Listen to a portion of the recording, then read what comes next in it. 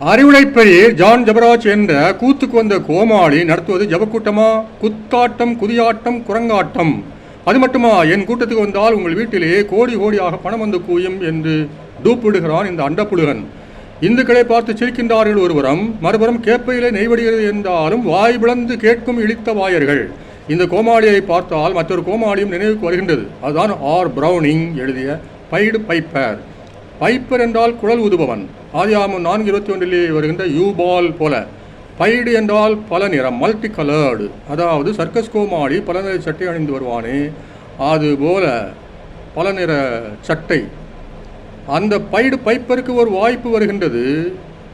Hamlin என்ற நகரிலே தாங்கொணா எலித்தொல்லை, எலிகளை குழல் ஊதி வெளியேற்றிட கேட்கிறார் நகரசபை தலைவர். அதன்படியே குழல் ஊதி அனைத்து எலிகளையும் நகருக்கு வெளியே கூட்டி சென்று ஒரு ஆற்றில் மூழ்கடித்து விடுகின்றான். ஆனால் அதுக்கு ஒரு சம்பளத்தை தரமறுக்கின்றார் நகரசபை தலைவர். உள்ளதும் போச்சே நுழைக்கண்ணா என்று வந்ததே கோபம். பழி தீர்க்க விரும்புகின்றான் பச்சை குழந்தைகள் மீது.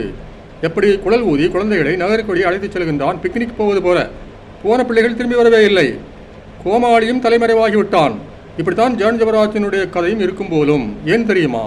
நானே இயேசு, குணமாக்கப் போகிறேன் என்று வரம்பு மீறி பேசுகின்றான் இந்த அண்டப்புழுகன். எவ்வளவு பெரிய ஃப்ராடு பார்த்தீர்களா? இந்த எலிக்குஞ்சி எங்கே, இயேசுபிரான் எங்கே? இப்படிப்பட்டவனை நம்பி போகும் அப்ராணிகளை பார்த்து அழுவதா சிரிப்பதா? உறங்கி வழியும் உலகோரே, உறங்கியது போதும் விழித்து எழுவேன்.